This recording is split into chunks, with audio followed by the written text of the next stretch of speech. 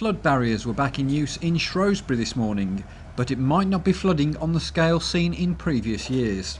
This was the scene in Frankwell car park as the Environment Agency erected barriers to cope with an expected surge on the River Severn later in the day. This is the River Severn.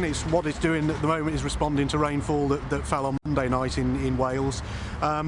These are fairly normal winter levels. The level at the moment is about 2.5 metres. We're expecting it to peak later on today, up to another metre higher, maybe something like that. So, nothing really out of the ordinary.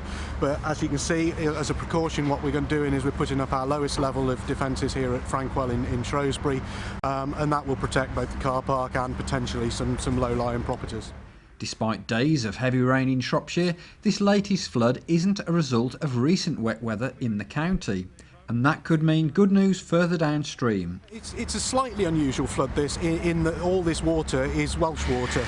There hasn't been that much rainfall in this part of the catchment, so it's not being added to as it moves its way down, so the peak will get lower as it goes further down the catchment, if you like. So we're monitoring it very closely, but we don't expect levels at Ironbridge currently to require us to put up the defences there. There is further rain forecast this evening, so we need to keep a very close eye on that because the catchment is now saturated and will respond quite quickly. But as it stands at the moment, Frankwell we're putting up, we're keeping an eye on it as far as Ironbridge is concerned. These were the scenes in Buildwas and Ironbridge today as the River Severn threatened to burst its banks.